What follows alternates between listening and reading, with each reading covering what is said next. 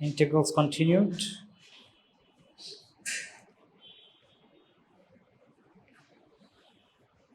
So theorems, so start our day with the theorem. So let us remind what we met in last class. We met that, yeah. Like there was a, for the definition of the double integrals, we said that the modulus of f of x y less than or equal to m. Yeah. Then we said that if f of x equal to minus m, then we took p of x y equal to plus m. I think there was in the definition. Okay. So I was hoping, I was doing some sketches like what could it look like. Then I thought like it would have looked something like, say, if I draw, and then for 2D, I can draw 2D, it will be in 3D also. Okay. This is x and this is f of x. So let this is with this. So I took this point, then modulus of f of x. In this case, it's positive. Yeah. So or this one, let's say m. This is m point m. So we are assigning this to be this. This is the piecewise function, and I'm okay with the definition of p of x because we are taking it to be this. So for this point, we have this. But for s, we have like something like this. We have that means somewhere here. Yeah. That means we are always taking this way. Mm-hmm. Yeah. It's plus and minus. Yeah. But the way we learned that, like, say, it was supposed to be somewhere here and here. No, this is not. That's a different thing. This is a different thing. That's a different bound. This is a more general case. You don't know what f of x, y might be. It covers all of them. Okay. Then I have a question. Like, say, if I take the we are not doing the. Okay, go on. Yeah. If I take the integral, let's say f of x, y, d of x, that means I have these two areas the same, rather just they are only plus and minus difference. Which two areas are the same?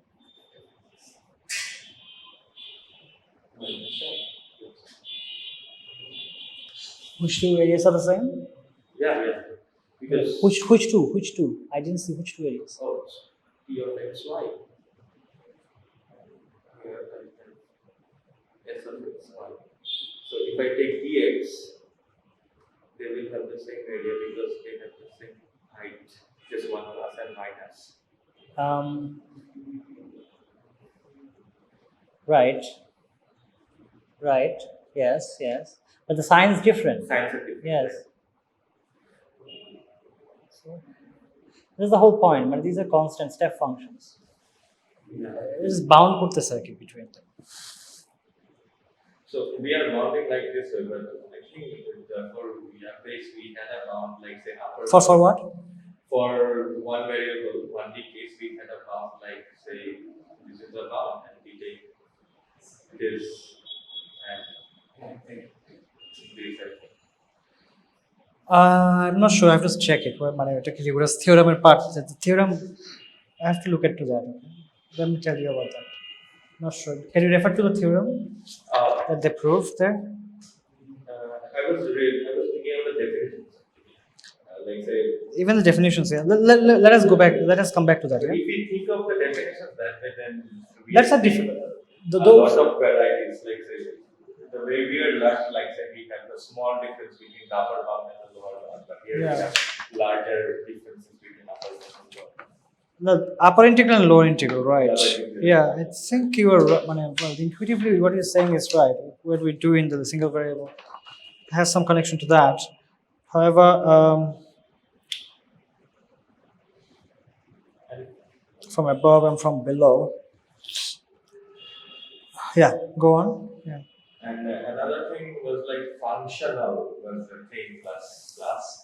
Yeah, and there was a issue that these scalar fields are functionals as well. I think they are because there is a theorem called representation theorem, I guess. Like Yeah. they say that in every Hilbert space you have. No. They're not. Because messed up. মানে এগুলো অন্য কিছু হইতে পারে। মানে there might be something other technicals. The vector fields we are talking about is a different thing. But They will still send me, but they're not. It would be confusing to say that. As I said, the field itself is defined in different places in mathematics in different ways. You have to know what you're talking about before. So field itself stands for in abstract algebra. This is abstract algebra thing. It is representation theorem, I know. It's a key. What is the point? So they said that if we have a functional can be represented by a dot product. Yeah. So taking dot products is like projecting a scalar. Is also like a scalar field, right? Nah. Well, no. That's a different. Then dot product is not a scalar field. Is it? Nah. Dot product is not a scalar field. But it's good to think about. I appreciate what you're doing, but you have to be a bit more open. But we learned that dot product is scalar value, no? Dot product has other properties which are not the properties of a scalar field. Dot product has other properties, symmetry property as a linearity property as a, they are not properties of scalar fields. Oh, that's true. But dot product ultimately is scalar value, no? Yes, it produces. Yeah, it's called inner product. Yeah, so inner product actually takes in vectors and gives us numbers. Right? It is bilinear. Well, it takes two inputs, two vectors, and produces a number.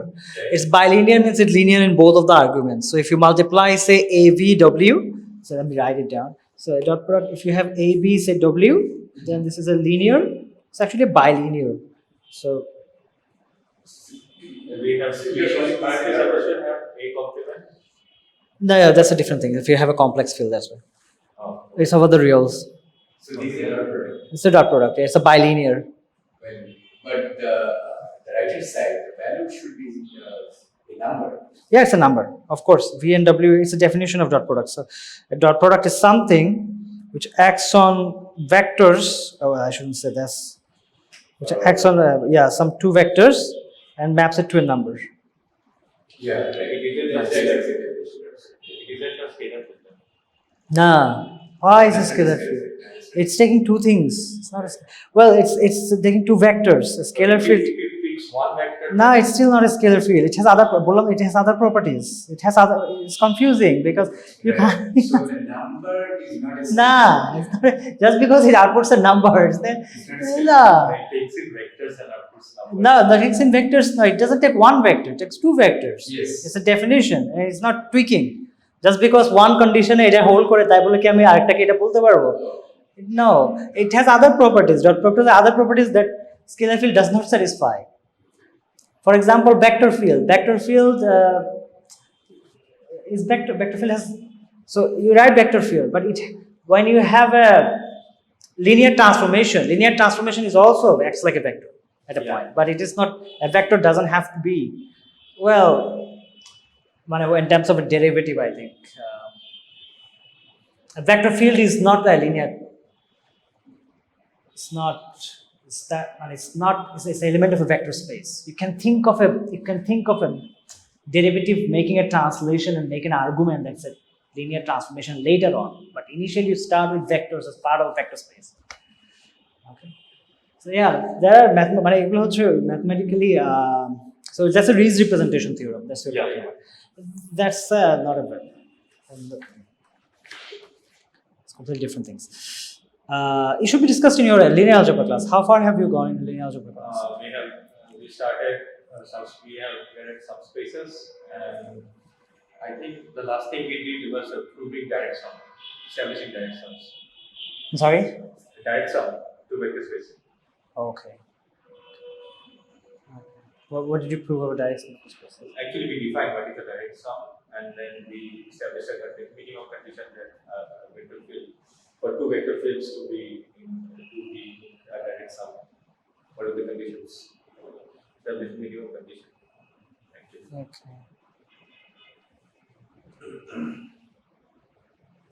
Okay. So dot product is defined there? No, we haven't defined dot product. like we have defined, like say the row and column multiplication. Yeah, that we defined. Dot product define করা হয় না এখানে? The overall defined government is both with the vector. Yeah. Yes. Squeeze more out of a linear algebra class, just like you squeeze more out of multivariable. Ask more questions. Push the class forward. But we have to cover but the boot camp. Ultimately, we need to multivariable. We had to really push at some point, right? We have to capture materials, which is necessary. Some theorems need to be homework, so that we can get the more important ideas. But these are proven theorems, right? Just appreciate them and move forward. So let me, on that note, let's start. Let's see how far we can go today. Okay, so recap, we had upper and lower integrals, and we said that, well, if you have a function which is bounded on a rectangle, okay, so recap, a function which is function with scalar field bounded on a rectangle Q, bounded, so this is a recap, okay, then it has, so I'm going to use symbolics, lower integrals and upper integrals, okay, and they satisfy, okay, this property that we have some step function whose double integral you compute, and they satisfy this property.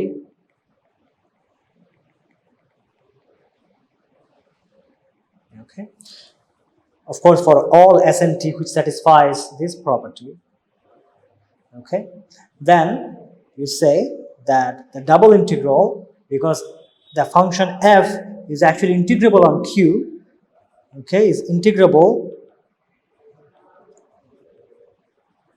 on Q if and only if the upper and lower integrals are the same, okay, that you can express the double integral as this. So this was our last theorem of the last class, and it has many good points, okay, so we are going to push this construction a bit further to capture more materials. We are still a bit far from capturing the more general regions, but today we will go to cover them.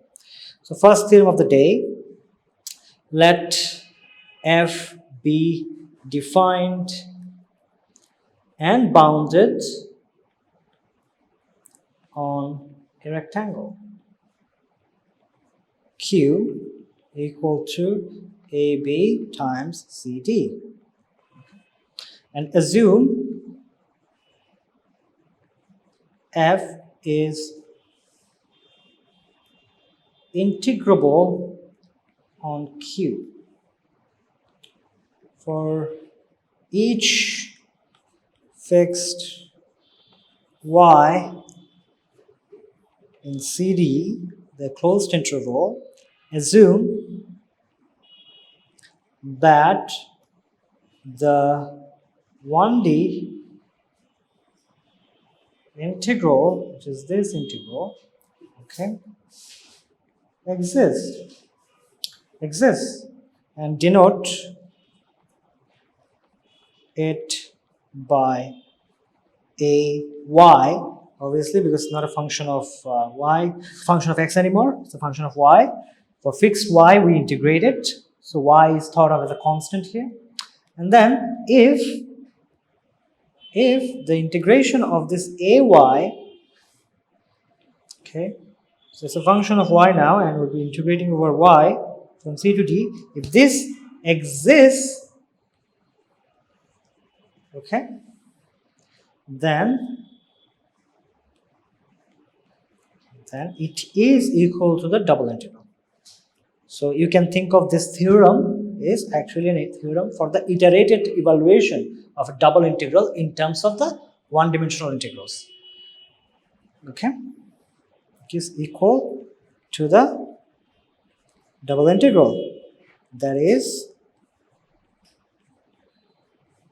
it's nothing but this, which is nothing but, you have to first do x integral, and then you do the y integral. So that's the statement of the theorem. Okay, that's what you want to prove. Okay. Okay, and the proof is very simple based on the things we have already known. If you pick S and T, so the proof goes like this. Pick, yeah, sure. Yeah. Pick S and T step function that satisfy, so step functions that satisfy this inequality, okay, their bounds on F values.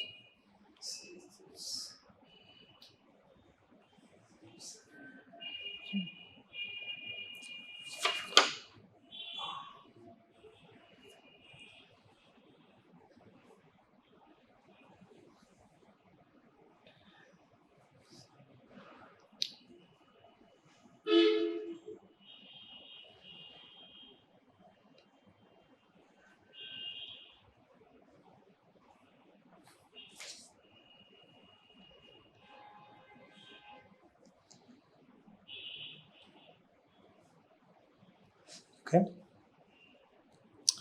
Then integrate this thing in the interval AB at first, because we are supposed to do it with respect to x first, and then just find this. If you integrate this thing, f of x, y, you call this ay by definition. Okay. Sorry, not dy, dx. Okay.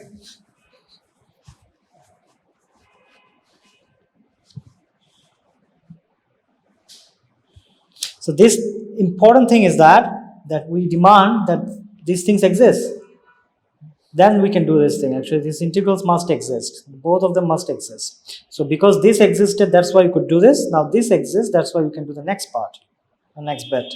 That we can integrate this thing with respect to y from c to d, and this exists. Okay, and then we can do the same thing. We just integrate this thing again with respect to y,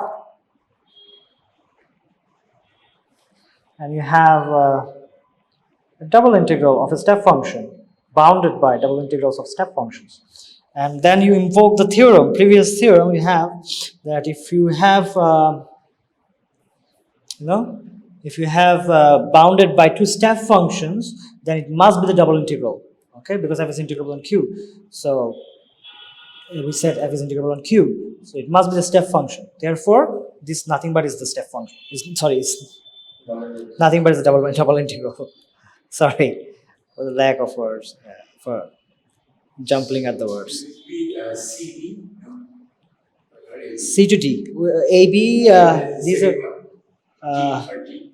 for T is also A to B. The integral is from A to B. Yeah, we are integrating over the same interval. We are integrating this interval from A to B over X. First we integrate over X, then we integrate over Y. Oh, okay. Over X is fine. Yeah. Over X is good. So that's the theorem proved. It's kind of. So we are just establishing the inequality first between S and T and AY, and then we are stating that since this is the equality This because it's integrable. The integrability condition means that the inequality exists. Yeah, the integrability condition is this one. No, equality exists, not inequality. This is the integrability condition.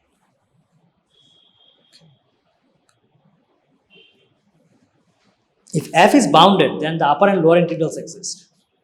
Okay, so your conditions are here. F is bounded.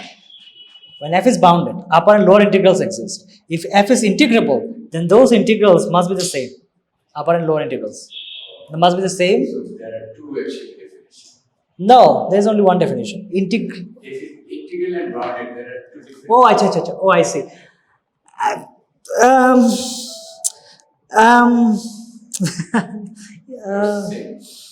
I'm not sure, because if you demand it's integrable, integrability comes from the fact that the way we defined everything, we construct it has to be bounded.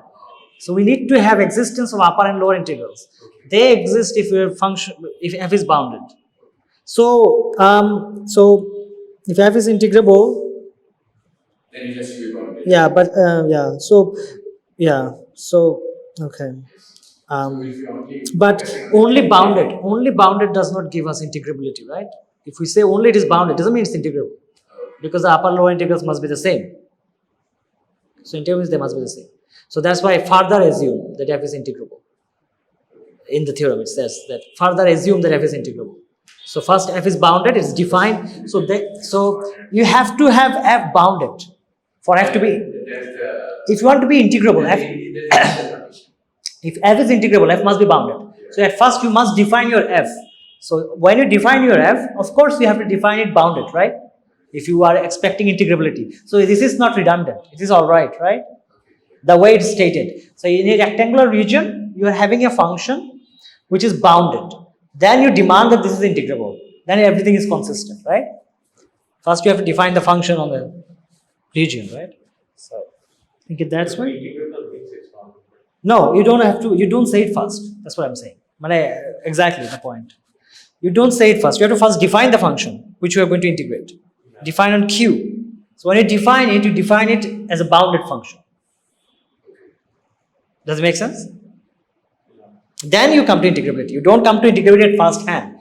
To do integration, you need to have a path, or you need to have the region of integration first. And your function must be defined on it first. Okay. So think in terms of like if and else or why, this kind of statement, conditional statement. What comes first? Okay. So basically, it's a tool that gives us a license to integrate iteratively.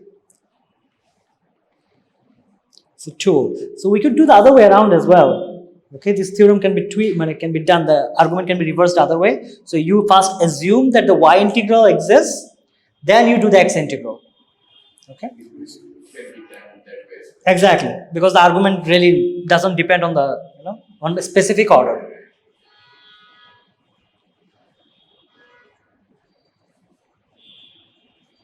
Yeah. Very good. So that's done. Then let's move on. So it's a computational tool, which is, as you can appreciate, helps us to evaluate, gives us a way to evaluate double integrals. Okay. Now the next thing, let us draw a diagram and talk about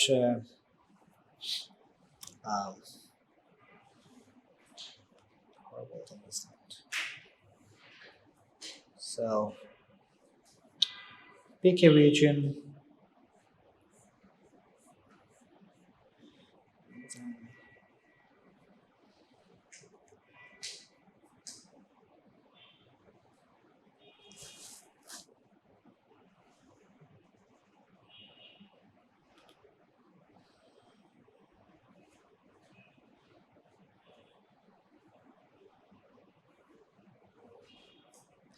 Does it really work that way?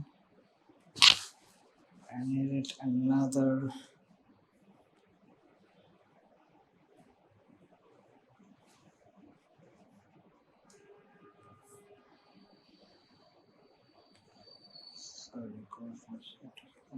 Right. So, okay, so this is your z, this is your x, and this is your y. It's a different color.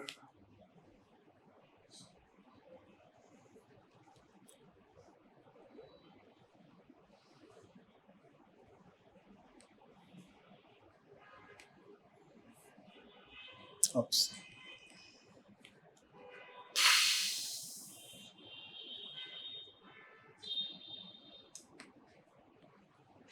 Okay, that's probably it. Okay, fine. So, okay, so let's say something about this diagram and understand what I'm trying to say here. So, next point here. So, consider if f is greater than 0, in this case, so this is your f, and this is your rectangle. F is greater than 0, then we can define a set called S. Then we define, which is a set of points, okay, such that x, y belong to Q and all the points in between this surface and this surface. This is the graph of F, this is the graph of Q, and the Z lies, it's kind of a solid, think of it, inside these two surfaces, all those points.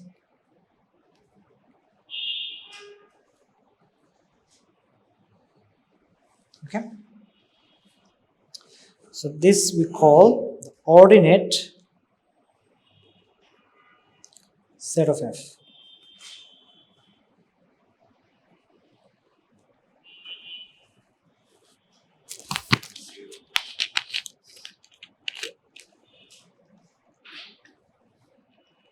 You can define a function like this. I'm sorry? So, you can define a function like this, f is greater than 0. How will- I'm coming to it. Why? What is the point here? Let F is greater than 0. We can do that, right? There must be some F. It doesn't have to be, but let's just. It's going to illustrate some connection with the area, with the the volume, with the double integral. What is the, how to think of double integrals? Double integrals are volumes, right? But what is the volume? Volume is the sum of all this cross sections. So it's an example, F greater than 0. It doesn't have to be. It's just an example of an illustration. So what you can do now is that, so this has a name, as you said, it's an ordinate set of F, this is a name. But in a multivariable calculus, so Yeah. if we go beyond, then we cannot think about anything. Now we can.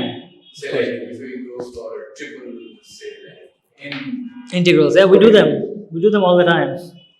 but how do you visualize? There are, well, the visualization is a tricky thing, but the visualization is tricky. It's not going to be, it's not going to be easy. Do some other ways. You do some project. People do it like they have 6 and 10. Yeah, there are other ways you do it, not directly. You actually cannot even think. No, you have properties. You catch things by properties, understanding some. My other way, but not Yeah. using any perspective visualization. There are other perspectives. When you learn the manifold, you capture all the dimensions. Multivariable, so you're doing the Euclidean space. You can still intuitively think what the 4 dimensions will look like, because you know how 2 dimensions look like, you know how 3 dimensions look like. So you have another orthogonal direction, and same everywhere. So just keep thinking about it. Okay, you have another one. What properties you want it to satisfy, and it's just going to mimic what you already know. Then you test if there is any subtlety you're missing or you're not missing. That's what. In geometry, that's impossible. Algebraically, you can. Now in geometry, the people do geometry. How do they do geometry then? They do geometry on arbitrary surfaces, right?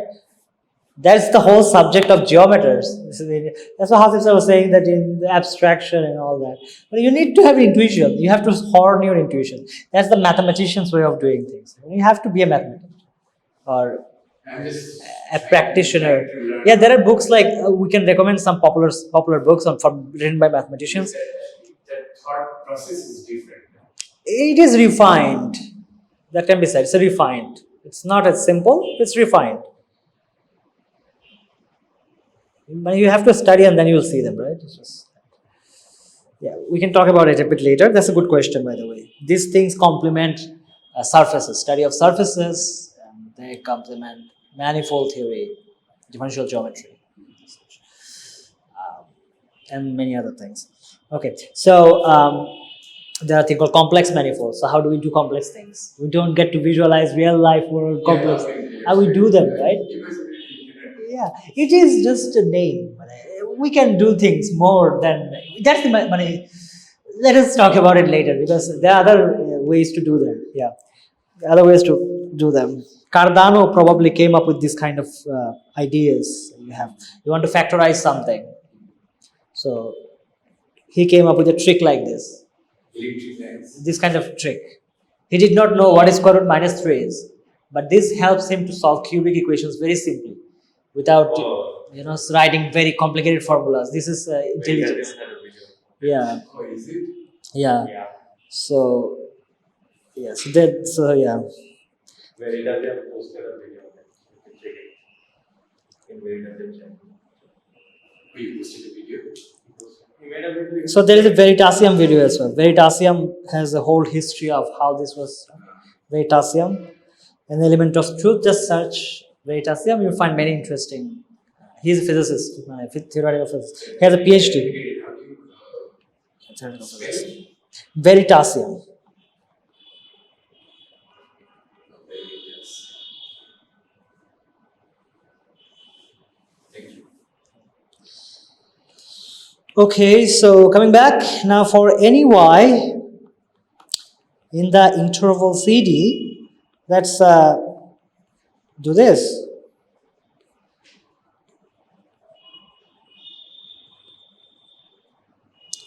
So this is the area, isn't it? A single integral is an area. Yeah? And this is what is this actually for a particular y? So let me pick a y here. Y lies in here, right? So let me pick a y for a particular y. Say this, and that means that if I use this value of y, a constant value, I have a cross section here.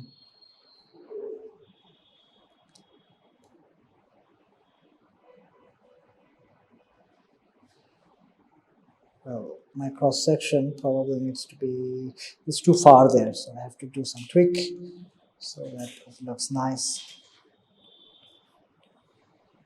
Nice source. Yeah, I'm taking here, so why am I drawing there? Yeah. That's our slice in the x. So this is a xz plane for a particular y. So that's this kind of areas. So this is filled with this kind of areas, right? This whole thing is just.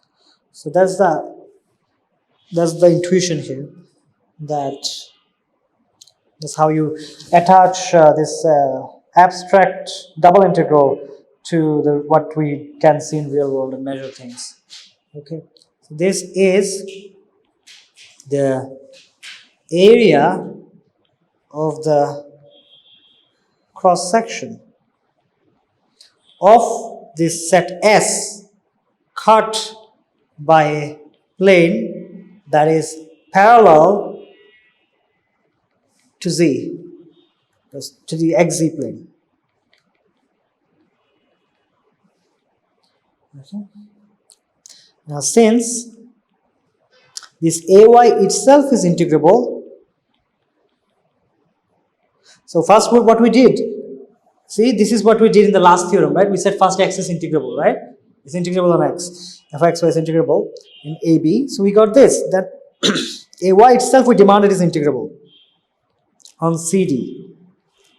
Okay, and that this leads us to the volume actually. So what is this? This is nothing but the volume of S, right? Isn't it?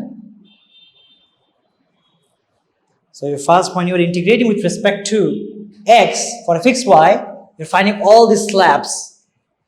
And then you're integrating with respect to y, and you're adding up all these slabs. Okay? You can do it the other way around. You can slice it first in this way, horizontally. Okay, integrate with respect to y. Then do integration with respect to x. Okay? Yeah.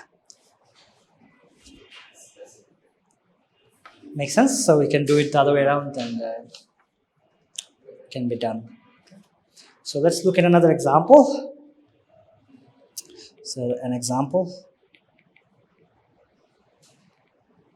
So an example would be say if, for example 1, if Q, say a rectangular region like this, then evaluate the double integral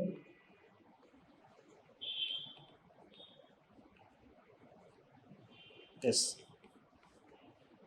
square root mod y minus x square dx dy. So solution. So you have, sorry.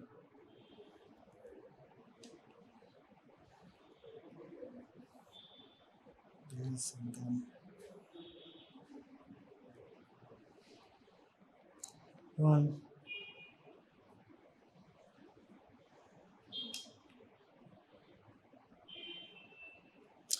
Is it y minus x square? Yeah, it's a mod there. Yeah, mod.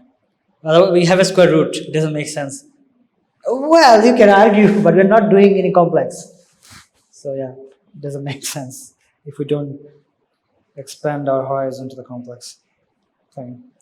So say 0 to 2, and this is the picture. This is the rectangle over, on which we have a y equal to x square, and this region is where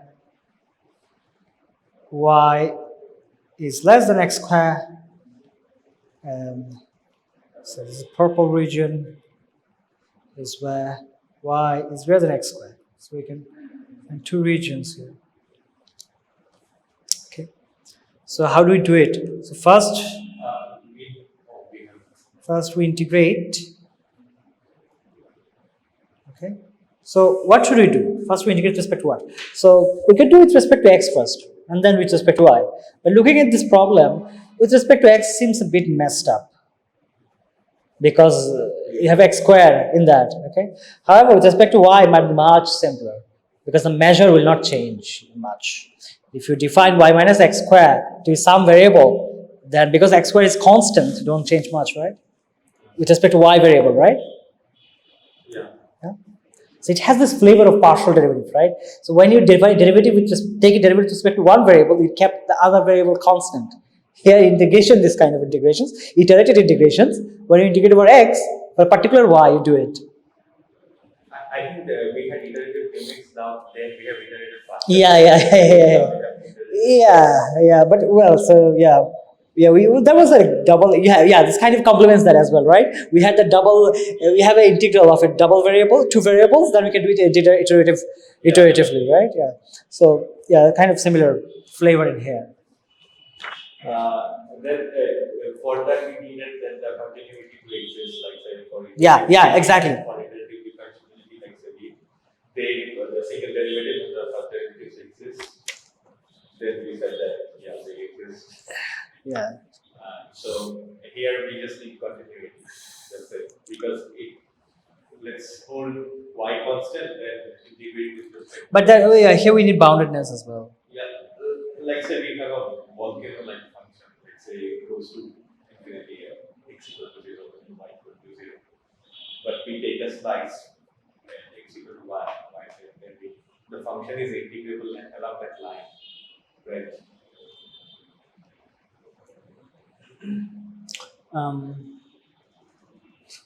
I'm not sure. What do you mean by that?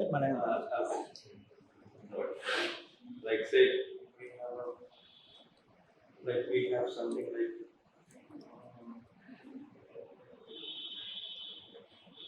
like this. We have a multivariable function like this. Okay. And we say like this. Now you cannot do this with the origin. Yeah. So, but we take an x integral here along this line. No, it will not exist in the first place. There are no upper and lower integrals. When it's not bound at the origin, it blows up. But What is this line? Say that for x is bounded. How is this bounded? I'm not sorry. We were supposed to integrate from this point to this point, and for y we were supposed to integrate from this point to this point. But here the function has infinity. You can't do that. Yeah, but say we integrate for this line, keeping y constant, we integrate x. No. That doesn't come. The definition, you don't have the bound. You can't do anything. With this construction, it doesn't even go there. Okay. I was trying to take those papers like say we had. In maths, that's the difference. We're learning proper maths now. So we can't jump. Whenever it blows up, it doesn't exist. The integral doesn't even exist. So, and it's not bounded, so you can't even make any construction. Like say for derivatives, we had an analogy like say we can have double derivatives, but they may not be equal, but will not be equal. Yeah. So I was trying to find something similar to here. Oh yeah, I see. D1, D2, D2, D1. They are mixed and they're same. They're same because both of them are continuous. Both of the things, both of the partial derivatives are continuous. But that doesn't have to be same. And there are two things are absolutely different. Okay, what properties of function actually helps us that you're looking for, right? Yeah. So the function has to be continuous and bounded for integrability. Integrability is milder. It's much milder than differentiability. We'll see just a few minutes from now on, we'll see that we can do integration over discontinuous functions of discontinuous functions. Okay. So if you don't mind, Yeah. so I need to do 650. 650? 15. 15. Oh, okay, fine. That's not right. Less. Oh, okay. Yeah. No worries. Yeah, so we can do actually, so that's a bit milder. We'll meet integrability conditions. So first we integrate with respect to y and call it h of x. So why? Because it's easier, and I changed. I don't even know how to go from where to where. What happened? And the pencil app. What's the name of the app? The pencil, beside Pencil. Yes, the pencil app. Thank you. So, okay. So we have h of x, and this is this. Oh, Jesus Christ. Not again. What am I doing this? Shifting. What am I doing this? Oh, I'm maybe doing this. Two things are happening at once. Maybe. So h of x is, so we do first integrate over y first because that's easier to do. So it lies on us over which we do the integration first, depending on the complexity of the problem. That's why engineer, now you have to be creative. Mathematician, physicist, whatever, they all say when you have to solve a problem, well-defined problem. Now, so we chop it up into two sides. One, okay, where y is less than x square, and another where y is greater than x square. Okay, so you chop up this integral, or in the integrand, into two pieces, where you go to 0 to x square first, okay, where in the 0 to x square case, okay, your x square is bigger than y, so take out the mod.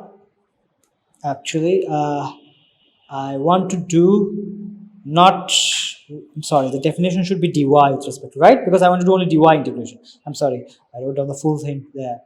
Shouldn't be. X squared to 2. Now y is bigger, this region y is bigger, so you do this. Then you make a change of variables here. Call this t, this is square root t, then if you, so there were sign changes, and t is x square minus y. So if you put y to be 0, so your 0 becomes x square, and x square becomes 0, and you get a minus sign because of the minus sign here. However, if you use a property of definite integrals that the sign changes if you change the limits, ordering of the limits, then it becomes the same. The limits remain the same. Similarly, you call this t, and then here you don't have to do much. If you put y equals x square, you get 0. If you put y equals 2, 2 minus x square. And now this integral can be easily done. It's t to the power half, so it's half plus 1, which is 3 half, 2/3, and you have to put it there. Again, 2/3, right? So, 3 half, yeah. Yeah, sure. So why are you only taking this to the integral? Are you working with this example given in the book? Yes. So that is evaluate x sin y. No, this is another one. Sorry. This is the other problem. Oh, The second one. Sorry. Yeah. So I was rather is Confused. how it makes you like. Yeah. I may have skipped some reasons for the shifting of variables in the second half. Which one? Here? Yeah. What is the question? The second half, the shifting of variables. This is t. No, the 2 minus x square. If you put a y, so t is equal to 1 minus y minus x squared. So if y is equal to 2, that's the limit.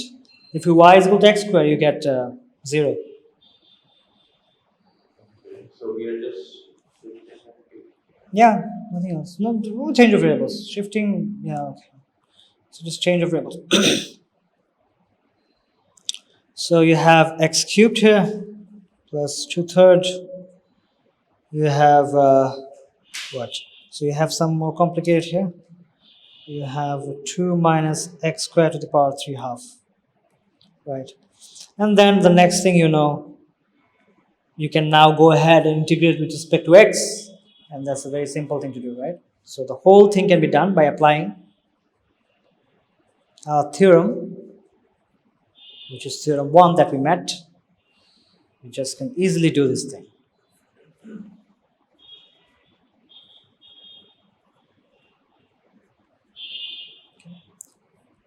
All we need to do is do the x integration. X integration is between -1 to 1. So you just, yeah.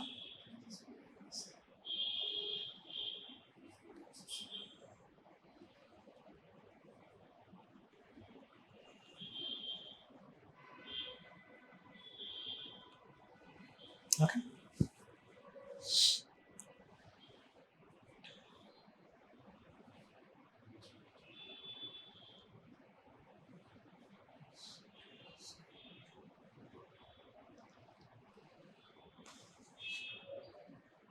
So we take only t part. I'm sorry. T part is part. Oh yeah, you can call it, but it's a dummy variable. T is not nothing to do with this T has nothing to do with those that S and T. Not SNT. Yeah, these are just change of variables. Yeah.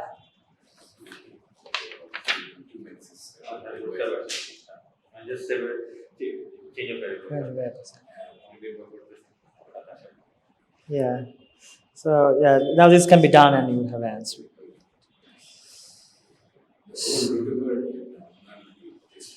Yeah, this is the beauty. This square root brings a lot of beauty in it. It has this branch. When you go to complex plane, you get to get this branch cards and everything. Okay. So the next topic is another theorem. This theorem is the integrability of continuous functions.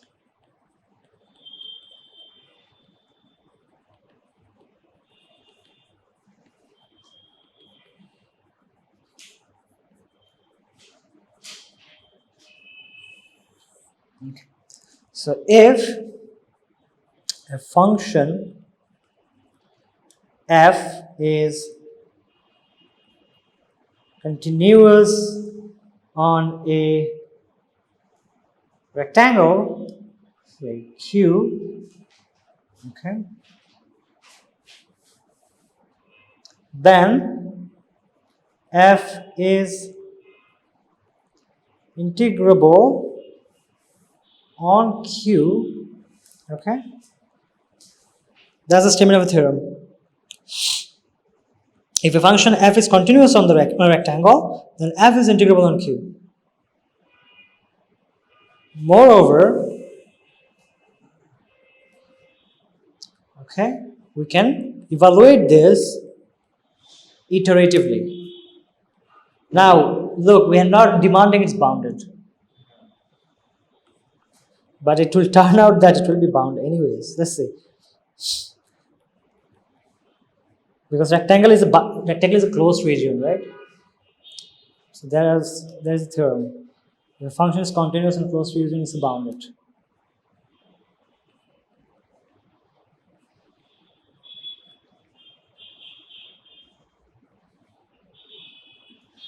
Cool. Okay, so I'm going to use abstol here. Same thing. We have been using abstol, but I'm going to use it directly now. So there is a theorem we skipped. And this theorem we skipped in the last. We skipped in the derivative. No, we skipped it in the line integrals. We skipped it. There's a theorem. Forgot. It's not line integrals. It's in the derivative theory. Yes, we skipped a theorem. And theorem is 9.8. Okay, and the theorem is like this. It's called the boundedness theorem for a scalar field. So I'm going to state the theorem, and should go and have a look at that theorem. If f is a scalar field okay, which is continuous at each point of a closed interval. Okay, so this is the boundedness where it comes in. It's because it's continuous in a closed interval. So this is the prior theorem. Yeah. Then f is bounded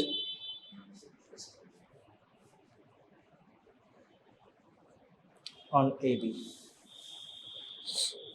So we're going to use some generalization of it because we're going to use a rectangle of it. But this is a common recurring theme. It's in the analysis as well. That if you have a continuous function in a closed interval, then it intuitively makes sense, right? So you have a closed interval. So you have this point, and there is a function defined. Okay, a function supposed like this. Nice function. It's a continuous function, right? What I drew. Well, let me draw a continuous function. Sorry, you can say it's a piecewise continuous function. It's a continuous function, right? So the function is, as you can see, this is a closed interval, and the function is bounded. That means function takes the values at the bound, right? So that function is bounded, no? Make sense? Yeah. The function is bounded.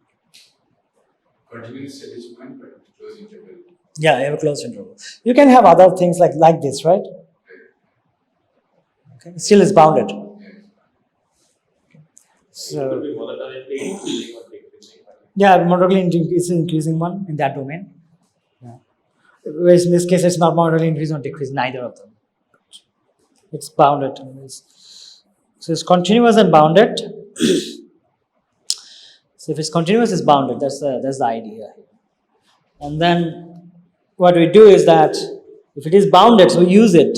So our proof starts. So our proof starts from actually recalling this theorem, and by our construction, that if by our construction, if f is bounded, then I bar f, lower bar, upper bar f, they exist, don't they? They do exist, no? And then what we are left to prove? We are left to prove that this is integrable. Okay? We are left to prove that this is integrable. Then we have to prove that I lower bar f is I upper bar f. Okay? But the way to do it, you already know how to do it, but a little bit of more technicality is needed here. So this is how it goes. Choose an epsilon greater than 0. Okay? Then we would say that for this choice of epsilon, there exists a partition of P of Q, P of Q, okay, into a finite number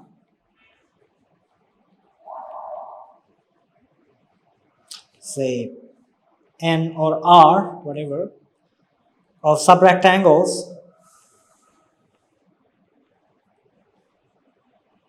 So you have Q1 to Qn subrectangles, such that the span of F in every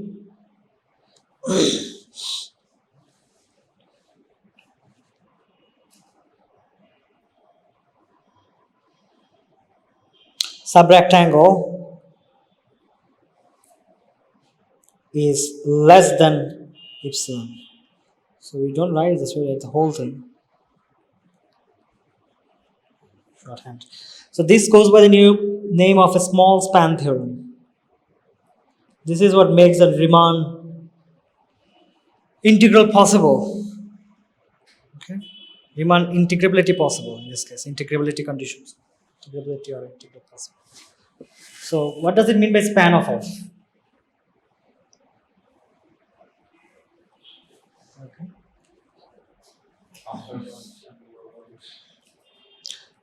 Yeah, something. So span of f means that f has some values.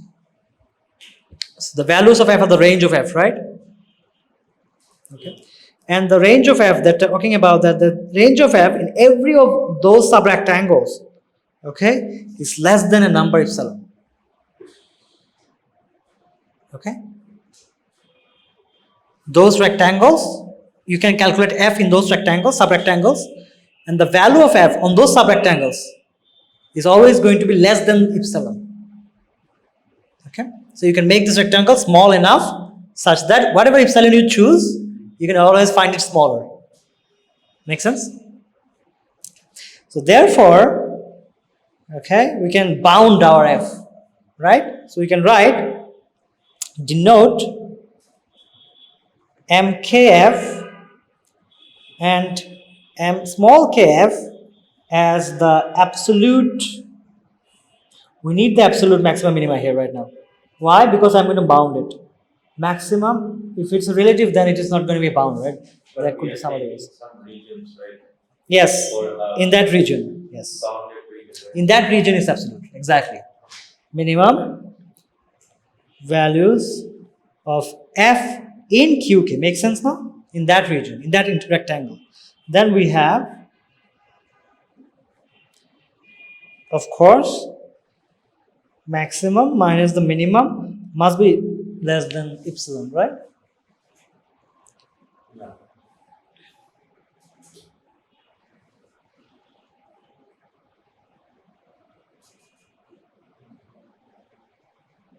Okay.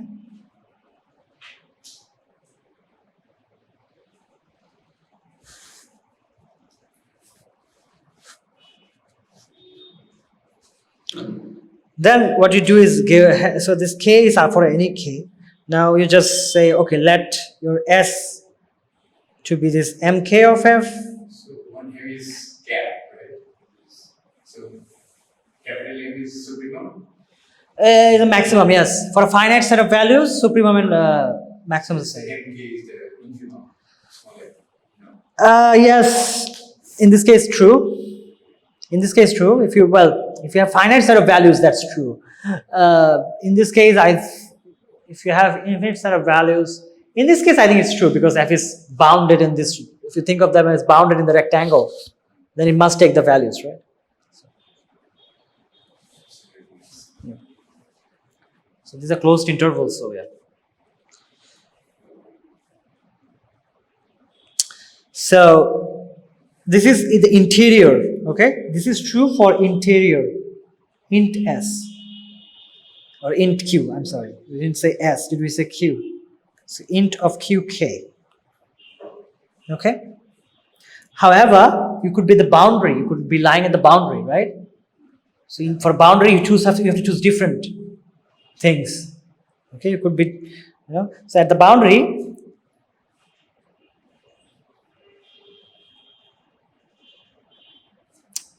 define or let s of, I shouldn't say let here, I should say define the boundary, we have to define it. So define s of x to be small m and t of x to be capital M.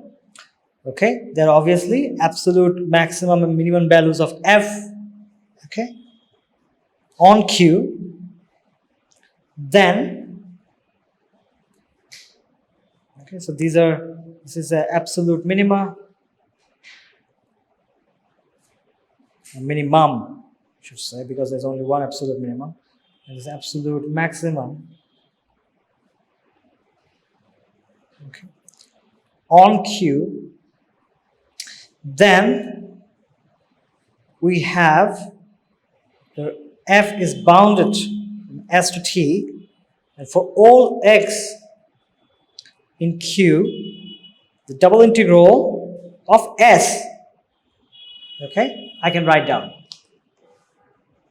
Okay. Actually, this is true. The statement is here. It's done. Also, I should say, also we have this. This is a different thing. So we have this thing. Does that make sense? Does that make sense that this is true? First, before writing this, let's see. Does it make sense this is true? Yeah, we have to find it.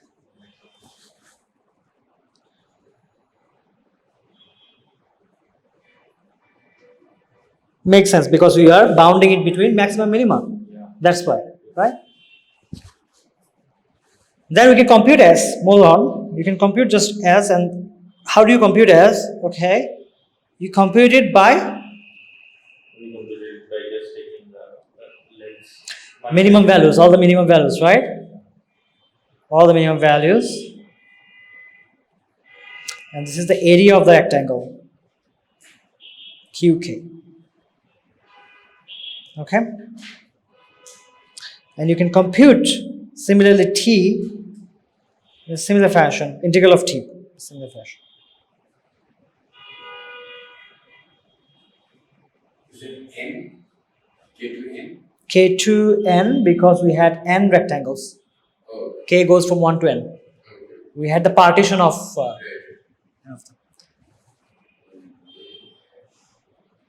We defined S to be all the minimum values. So this is not in large capital, this is small a, area of. A is the area. You could keep. Area is a simple. It's You just, usually use capital area. no, not here. But we are, because it's not. It's for a small. So these areas are for small QK. All the small rectangles. So in that makes sense, maybe. Yeah. I think maybe in the lectures and let's say like Yeah. But you have a chop and you just chop it up.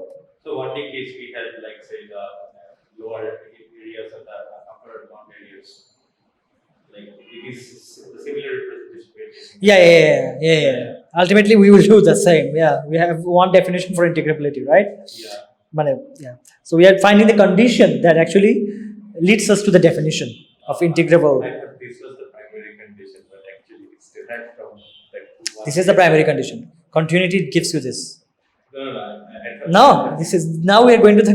But if we had given this theorem first, we would have missed all this construction, upper integral, lower integral, all this we have missed. So that's why after we learned everything, then we say, okay, you don't need to worry about that many things. You just need a closed interval, and the function is continuous. You're done with it. That's it. in every calculus class they start with this thing. In every Yeah, calculus class. they don't give the construction. Yeah, they jump to the conclusion first. Okay. That's not very refined. That's the thing. That the difference of these two integrals. So you can guess it very easily. What is the difference? Of course, the maxima minus the minima, and that must be, whatever that it is, you can write it down, just whatever that it is must be less than some epsilon. You understand why is this true? Because all this f, we said by small span theorem that all these values are less than epsilon, right? Maximum, minimum, and whatever other values of f, we can always find an epsilon such that we can also find a rectangle. Well, for that rectangle, we can also find small enough such that the f is actually smaller than the epsilon, right? I think we had a theorem in our last class as well. Like say if f of x is less than s of x, then the integration also the inequality holds true. Yeah. So our partition comes from there. Yeah. So you make this, you pick this epsilon, and that epsilon gives you the partition. The partition is such that the f values, the values of f, are smaller than epsilon for every rectangle. Make sense? So that gives you the partition. That's the takeaway in this theorem. You must be running. Yeah. No, that's fine. Yeah. Okay. So, what is this? That's nothing but epsilon. This is the whole area, right? So, the area of the whole Q. So, we might say it's epsilon capital A of the Q. Okay. But now again, you come to the main inequality. Recall what's the definition of integrable, of f being integrable. The condition is this: that you have this upper and you have this low. This is lower and upper, and it must be bounded this way. Okay. So if you look at that, if you subtract this from this, okay, what you get? Okay. So you get you get 0 on this side. Okay, you get I bar f. Are we subtracting from SF from the left hand side with everything? Yeah. Left or right? This one S. Well, okay. So you want to have this to be 0, right? Yeah. So Yeah, you're left. I'm sorry. Yeah. I'm sorry. Why was yeah. Of course, S left side is 0, right? You're right. So this is not down. This must be up. Yeah. So the question is, you have a 0 here, and then you have.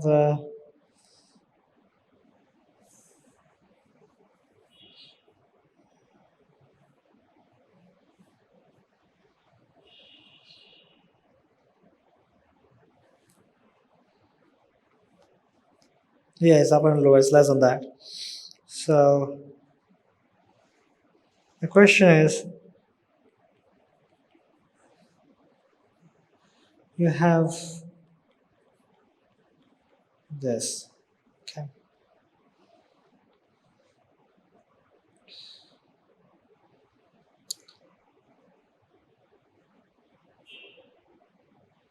Okay.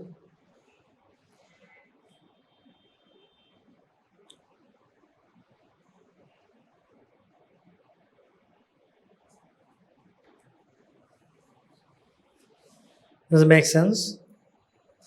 I think we are defining S to be the supremum, right? The supremum. Right. The boundary points. Right. So S is the supremum. Boundary points? Like say the Upper and lower integrals, you can say that. the upper and lower integrals. So we are taking the supremums, and so the lower bar. So the thing about here is that.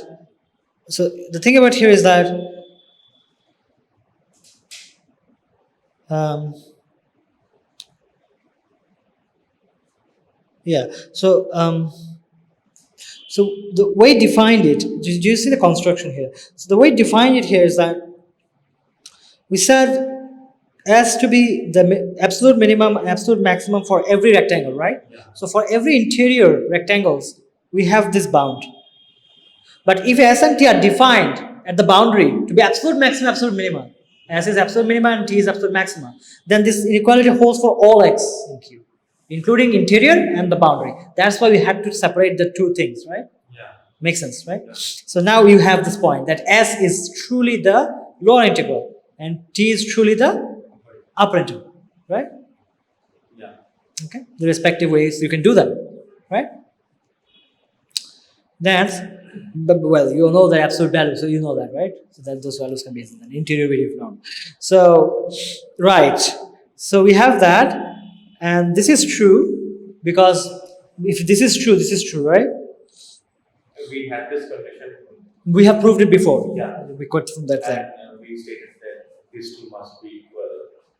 Yeah, for integrability, but we have to prove it here. Yeah. We are not showing that it must be equal, but we're showing that if this is true, we can get to this, right? So we are just for the last class we had S to be any arbitrary function that is be lesser than f of x. Yes. But here we are just taking the lower integral. Yeah, I think you're right. That probably would be the one which should. Because how we are defining it. Is that the supremum you're talking about? Yeah. If that's the supremum, that is the upper integral. Sorry, there's the lower integral, and then the upper integral. Then that's how you should be able to do it, right? Yeah. So these are nothing but upper and lower and upper. In this case, lower and upper integral, right? Yeah. So of course, supremum should be greater than any other value, right? So it makes sense if we do this with respect to the supremum. Yeah. So that's what we're doing. Okay.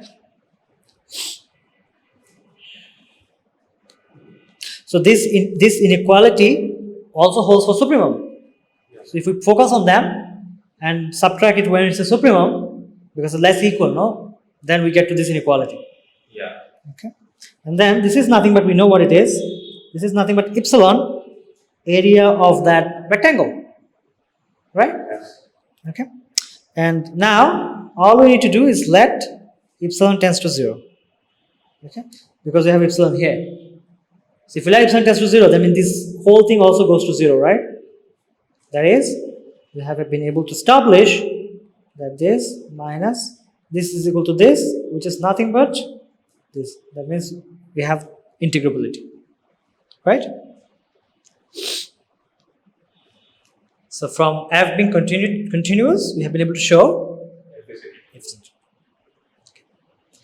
Now, another part of the proof is left, which is we should be able to do the double integral iteratively, right? Moreover, we should be able to do this. We get more things out of it. Bonus. Yeah. Question?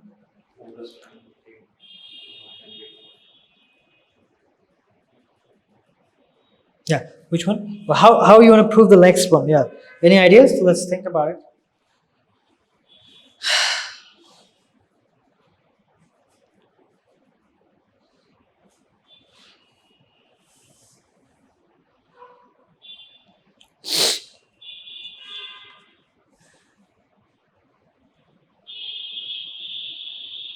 So you have to assume that they exist, right? If you first integrate over x for fixed y, you assume that they exist. I think the last theorem we stated that if they are bounded and integrable, then integrable by iterativeness. If they're bounded and integrable, right? Then, Right? Bounded and integrable, right? Then we can do the Iterative rate, right? Yeah. Yeah. So we can just use that theorem and say that it is bounded and it is integrable. So use the theorem. Because we said that, right, so it's a continuous function, so you want me to use the theorem 9.8 again, right? By 9.8 we know that, yeah, that will do. Yeah. Because the function is continuous, by 9.8 is bounded, and if it's bounded and it is integrable, we have been able to show it's integrable, no? Yeah. We just prove integrable. So then we just use the previous theorem and just say that, okay, this is what. I think we can do that. That's it.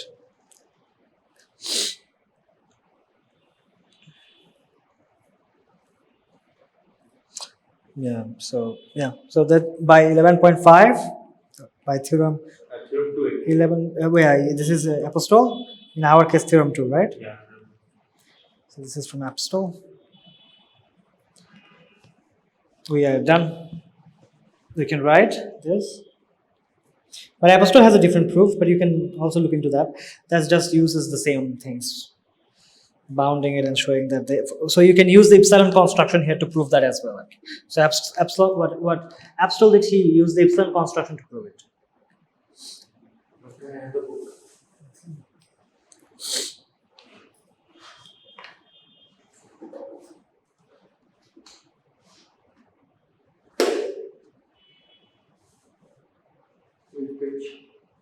Actually, no, it doesn't actually use any epsilon construction.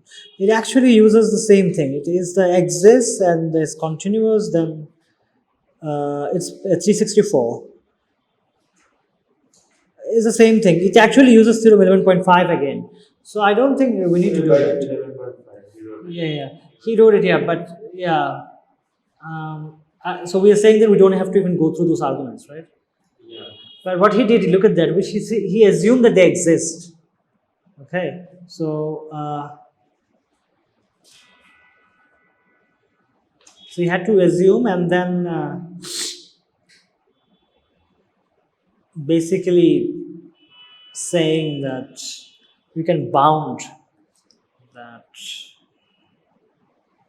value. So basically showing that this is continuous. Okay, this is a nice proof. So one-dimensional integral exists, and you show that this is not just exists, it is also continuous. Okay. And therefore, the integral of that integral, because it is bounded and continuous, that integral exists. So we need the one-dimensional integral to exist. The previous proof, 11.15.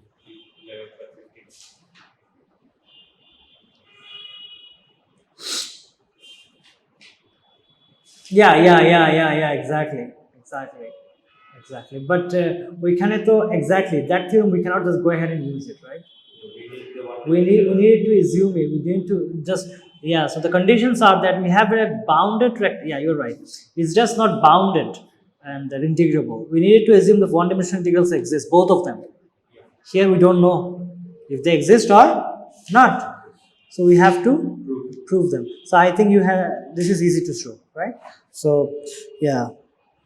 So the strategy is so prove the 1D integrals exist. Now you have to assume, still you have to assume actually.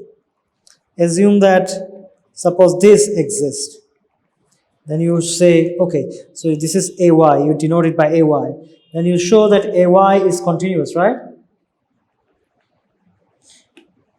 You show that AY is continuous and therefore you show that this exists. This is how 11.5 works. To use 11.5, you have to assume this exists. Yeah. Okay, so from there you show arithmetic as if this is continuous, therefore its integral exists. This exists, and then this is nothing but equal to double integral, right? I think the continuity condition tells us that the integration exists. Yeah. The continuity condition tells us that. Although it doesn't blow up. Yeah. If your function is bounded, this all comes from the boundedness, right? If it's continuous function, if it's bounded, it's not going blowing up, right?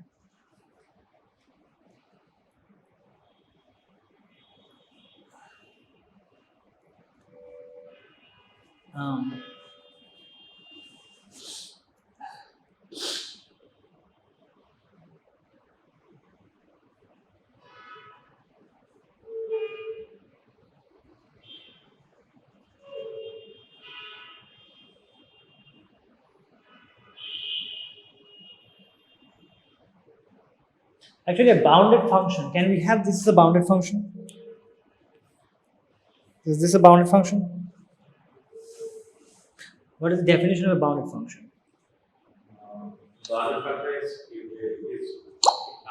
bounded by an absolute and minus m, like the last we proved. And from the 0 9.8, I think. Do you have Wi-Fi connection? We have Wi-Fi connection. Tensor. Yeah, I just somehow can't connect it. You connected me. I just can't. I tried to have the password, everything, but it's not getting connected on my phone. Something is wrong, which I don't understand. So yeah, I scanned it. I have everything. Do you have Wi-Fi, right? Yeah. Can I use it? Yeah. So you have so many texts coming up every moment. Do you work at a company? No. Are you still a student? I gave up my master's study. At Buet? Yeah. I gave up master's study to study here and do physics stuff. So, by bounded means you have some m, which is the question is, I'm talking about on a set X, if the set of its values is bounded. So that is just nothing to do with the boundary, right? You don't have to be at the boundary. Does it make sense? No, it doesn't need to be at the boundary. Just if the region I'm considering, it doesn't goes to infinity. So that means say, yeah, it's here or some bound. There exists some m such that less than m, right? Yeah. That's it. So that's all right then. Right? So you have we say sin of x is bounded, right? Yeah, but that is a very trivial example because it's but in that fundamental domain, it's monotonically fundamental what? So if you have so here it's increasing, right? Yeah. 0 to pi over 2. And here it is decreasing, strictly decreasing. So, well, it depends how you go. Here to here it's increasing. So you can say here to here it's actually increasing, right? Yeah. So it's minus pi by 2 to. Yeah. So but it's not increasing as a line, it's increasing as like this. It's kind of weird how I'm drawing it. Right? It should be this way, right? A bounded function is not to be continuous. A bounded function. These are to be continuous. Yeah, but they're different things, We right? can have triangle waves. Yeah, they're bounded, but they are not continuous, right? They're continuous. Sorry, square waves. They're continuous, brilliant. Yeah, sorry. Square waves. Yeah, you're right. What were we looking for then? No. Square waves are not even functions. Because at the same x, you have an infinite number of values. Yeah. Square waves are very bad. So square waves have discontinuity, right? So you say, okay, there's a discontinuity here. But this is okay, right?